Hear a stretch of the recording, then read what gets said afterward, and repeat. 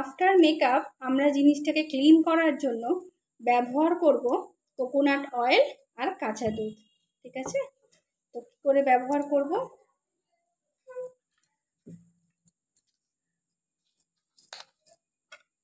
কাঁচা দুধ যতটা আমাদের লাগবে মনে হবে স্কিনটাকে ক্লিন করতে, ততটা দুধের মধ্যে আমরা 1 চামচ কোকোনাট অয়েলটা মিশিয়ে নেব। ঠিক আছে, এই জিনিসটা কিন্তু আমাদের প্রতিদিন ক্লিনজার হিসাবে কিন্তু খুব কাজ করে।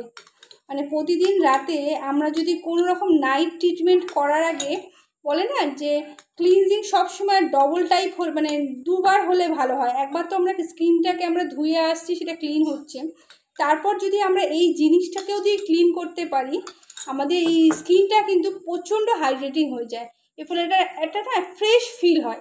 ঠিক আছে, তোমরা একবার এই দুধের সাথে এই নারকেল মানে কোকোনাট অয়েলটা দিয়ে একবার তোমরা স্কিনটাকে ক্লিয়ার করে দেখো স্কিনটা তোমাদের কতটা হেলদি লাগছে।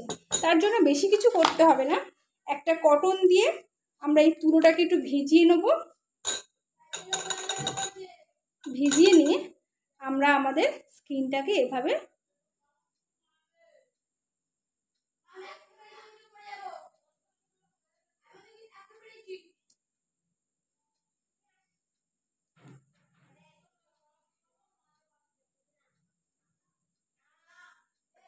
দেখবে কতটা নোংরা তোমাদের স্কিনটা, মানে আমরা ওয়াশ করে আসার পরও স্কিনের রোমকূপের মধ্যে কতটা যে নোংরা আমাদের লেগে থাকে, তোমরা এই জিনিসটা করার পর বুঝে যাবে।